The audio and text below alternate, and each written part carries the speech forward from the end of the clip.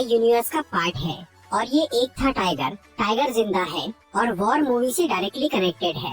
इसीलिए यहाँ पर हमें किसी एक मूवी का कैरेक्टर दूसरी मूवी में भी दिख सकता है। तो इस फिल्म की कहानी शुरू होती है सन 2019 में, जब इंडियन गवर्नमेंट ने जम्मू एंड कश्मीर से आर्टिकल 370 हटा लिया। इस खबर से पाकिस्तान के कई लोगों को बहुत बुरा लगता है, पर इससे सबसे बड़ा झटका लगा पाकिस्तान के एक मिलिट्री ऑफिसर को, जो था जनरल कादिर। उस टाइम पर जनरल कादिर को दिमाग का कैंसर हो गया था और उसके पास कुछ ही साल बचे थे। एक तो पहले ही वो कैंसर से परेशान था, ऊपर से जब इंडिया ने आर्टिकल 370 हटा लिया तो इससे कादिर का दिमाग और खराब हो गया और उसने ये कसम खाई कि वो मरने से पहले इंडिया से बदला लेकर रहेगा। पर कादिर ये जानता था कि पाकिस्तान की गवर्नमेंट उसे ऐसा कोई काम नहीं करने देंगी, इसीलिए इस काम के लिए उसने एक टेररिस्ट ऑर्गेनाइजेशन से हाथ मिलाया जिसका नाम था आउटफिट एक्स। इस ऑर्गेनाइजेशन का लीडर था जिम नाम का एक आदमी, जो कि पहले एक इंडियन रॉ एजेंट था। कई साल पहले जब जिम रॉ में था तब उसने कुछ समुद्री लुटेरों के एक मिशन को बर्बाद कर दिया था, जिसकी वजह से उन लोगों ने जिम और उसकी बीवी को किडनैप कर लिया और इंडियन गवर्नमेंट से 10 करोड़ रुपए मांगे, लेकिन गवर्नमेंट ने उन्हें पैसे नहीं दिए। तब उन्होंने जिम की प्रेग्नेंट बीवी को मार दिया, पर जिम किसी तरह वहाँ से बच के निकल गया था। इधर इंडियन मिलिट्री ने ये मान लिया कि वो मर चुका है, इसीलिए उन्होंने उसे वीर पुरस्कार दिया। लेकिन उधर जिम को अब अपने देश से नफरत हो गई थी, क्योंकि वो उन्हें अपनी फैमिली की मौत का जिम्मेदार मान रहा था और इसी वजह से जिम एक आतंकवादी बन गया और उसने दूसरे देशों के कुछ सोल्जर्स के साथ मिलकर एक टेररिस्ट ऑर्गेनाइजेशन बनाई और वो कॉन्ट्रैक्ट बेसिस पर बड़े बड़े मिशंस को अंजाम देने लग गया। इस सब के बीच जिम इस मौके की तलाश में था कि वो किसी दिन इंडियन गवर्नमेंट से अपनी फैमिली की मौत का बदला लेगा। और अब जब 2019 में जनरल कादिर ने जिम को इंडिया के खिलाफ एक मिशन सौंपा तो इससे उसे बहुत खुशी हुई और वो अपने मकसद को पूरा करने में भिड़ गया। लेकिन जिम का प्लान काफी बड़ा था, इसीलिए उसे इस काम में काफी वक्त लगने वाला था। इस तरह से एक साल बीत जाता है। फिर 2020 में इंडिया में पठान नाम का एक रॉ एजेंट, जो कि एक मिशन में घायल होने की वजह से जल्दी रिटायर कर दिया गया था, वो अपनी सीनियर ऑफिसर नंदिनी ग्रेवाल के साथ मिलकर एक नया डिपार्टमेंट खोलता है जिसका नाम था joint operation and covert research यानी JOCR। इस डिपार्टमेंट में पठान अपने जैसे ही रिटायर्ड सोल्जर्स को भर्ती करना शुरू करता है ताकि वो उनकी मदद से ऐसे मिशंस को पूरा कर सके जिनकी जिम्मेदारी कोई नहीं लेना चाहता। नंदिनी ग्रेवाल इस डिपार्टमेंट की हेड बन जाती है और इसमें 4 सोल्जर्स भर्ती हो जाते हैं, जिनके साथ मिलकर पठान ये पता लगाता है कि दुबई में होने वाली एक साइंटिफिक कॉन्फ्रेंस जिसमें इंडिया के प्रेसिडेंट और 2 बड़े साइंटिस्ट जाने वाले थे, वहाँ पर आउटफिट एक्स के लोग कुछ गड़बड़ करने वाले हैं। ये बात जब रॉ के सेक्रेटरी कर्नल लूथरा को पता चलती है तो वो ये मान लेते हैं कि आउटफिट एक्स के लोग प्रेसिडेंट पर हमला करने वाले हैं। इसीलिए कर्नल लूथरा प्रेसिडेंट की सिक्योरिटी को काफी बढ़ा देते हैं, पर इसके बावजूद भी पठान अपनी टीम के साथ दुबई पहुंच जाता है ताकि वो आउटफिट एक्स पर नजर रख सके। उधर जिम अपने साथियों के साथ दुबई जाता है और वहाँ वो प्रेसिडेंट पर हमला नहीं करता, बल्कि वो इंडिया के 2 साइंटिस्ट डॉक्टर सहानी और डॉक्टर फारूकी को किडनैप कर लेता है। असल में जिम इंडिया के खिलाफ जिस प्लान पर काम कर रहा था उसके लिए उसे उन साइंटिस्ट की जरूरत थी। फिर वो उन साइंटिस्ट को लेकर वहाँ से भागना शुरू करता है, लेकिन पठान उसका पीछा करके उसे रोकने की कोशिश करता है, जिसके चक्कर में उसका एक साथी मारा जाता है। पर इसके बाद भी पठान जिम से लड़ाई करता है और डॉक्टर फारूकी को उसकी पकड़ से छुड़वा लेता है, लेकिन आखिर में जिम डॉक्टर सहानी को लेकर भागने में कामयाब हो जाता है।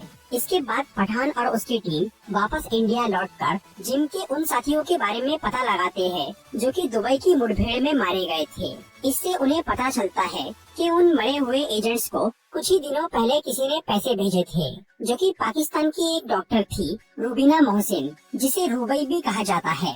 वो अभी स्पेन में थी, इसीलिए पठान भी स्पेन चला जाता है ताकि वो रुबीना से आउटफिट एक्स के बारे में कुछ जानकारी हासिल कर सके। वहाँ पर जब पठान रुबीना का पीछा करता है तो जिम और उसके सभी साथी वहाँ पर आकर उसे पकड़ लेते हैं। रुबीना असल में पाकिस्तान की एक ISI एजेंट थी और वो फिलहाल आउटफिट एक्स के लिए काम कर रही थी। जिम और रुबीना ने मिलकर एक ऐसा जाल बिछाया था कि जिससे पठान स्पेन पहुंच जाए, क्योंकि जिम इंडिया के खिलाफ जो प्लानिंग कर रहा था उसके लिए उन्हें एक खास चीज की जरूरत थी जिसे हासिल करने में सिर्फ पठान ही उनकी मदद कर सकता था। फिर जिम पठान को अपनी टीम में शामिल होने का ऑफर देता है, लेकिन वो इसके लिए मना कर देता है।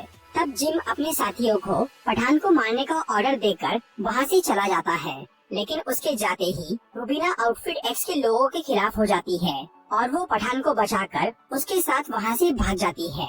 असल में जिम पहले से ही ये जानता था कि पठान सीधे सीधे उसकी मदद नहीं करेगा, इसलिए उसने रूबीना को उसके साथ दोस्ती का नाटक करने के लिए बोला था। फिर वहाँ से निकलने के बाद रूबीना पठान को ये बोलती है कि जिम रक्त बीज नाम की किसी चीज को हासिल करना चाह रहा है जो कि रशिया के मॉस्को शहर में है और वो उस रक्त बीज का कुछ गलत इस्तेमाल करना चाहता है।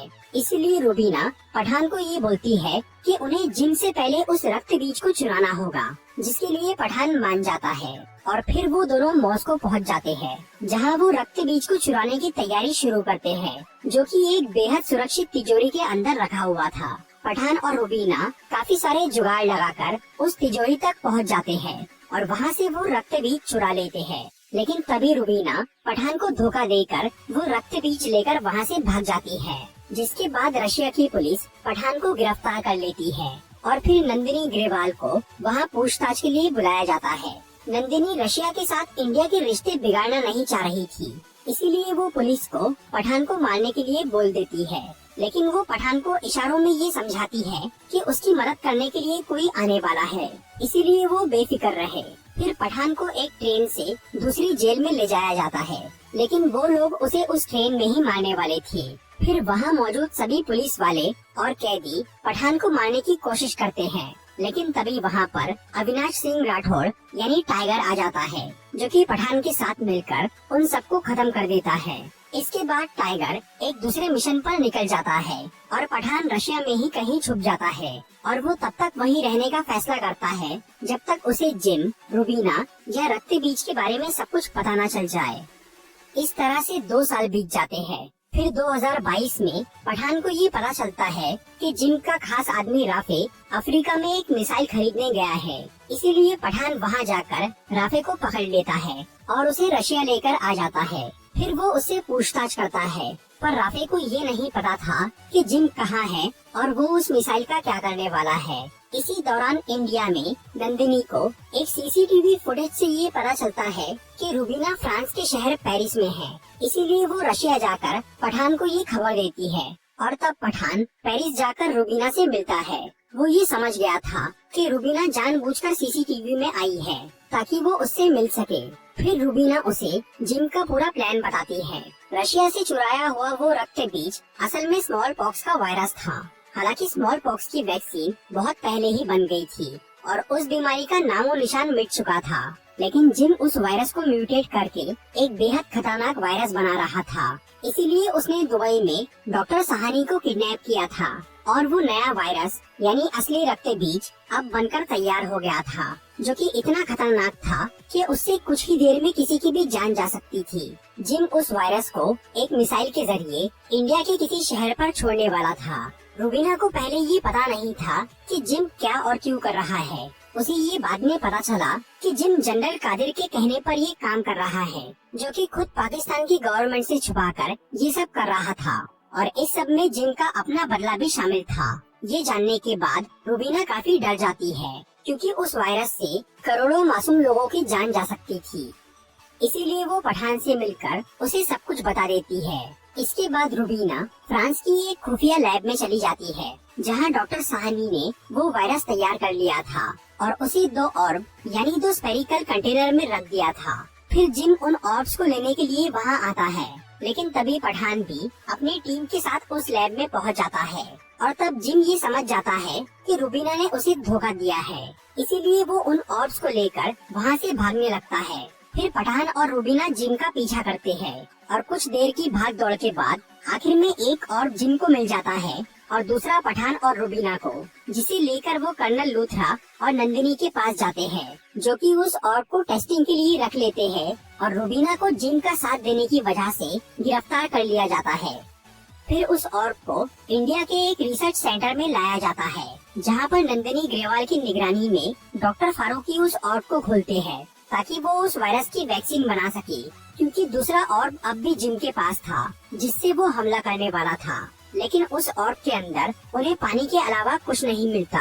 तभी उन्हें जिम का वीडियो कॉल आता है, जो कि सबको बताता है कि असली वायरस उस ऑर्ब के सेंटर में नहीं, बल्कि उसकी ऊपरी लेयर में ही भरा हुआ था, जो कि ऑर्ब को खोलते ही उनकी लैब में फैल गया। और उस ऑर्ब में एक ऐसी गैस भी थी जिससे सबके प्रोटेक्टिव सूट डैमेज हो गए, और वो वायरस वहाँ लैब में मौजूद सभी लोगों की बॉडी में चला गया। इसीलिए उन्हें तेजी से स्मॉल पॉक्स होने लगता है। तब नंदिनी उस लैब को पूरी तरह लॉक करवा देती है और वो कर्नल लूथरा को उस लैब को ब्लास्ट करने के लिए बोल देती है, ताकि वो वायरस उन लोगों के साथ वहीं खत्म हो जाए। फिर उस लैब को ब्लास्ट कर दिया जाता है, जिसमें नंदिनी और डॉक्टर फारूकी के साथ कई लोग मारे जाते हैं। इसके बाद इंडियन गवर्नमेंट को जिम का वीडियो कॉल आता है, जिसमें वो बोलता है कि उन्हें 24 घंटे में कश्मीर से अपनी आर्मी हटानी होगी, नहीं तो वो अपने मिसाइल के जरिए रक्त बीज को इंडिया के किसी शहर पर छोड़ देगा। जिम और जनरल कादिर ये जानते थे कि इंडियन गवर्नमेंट कश्मीर नहीं देने वाली,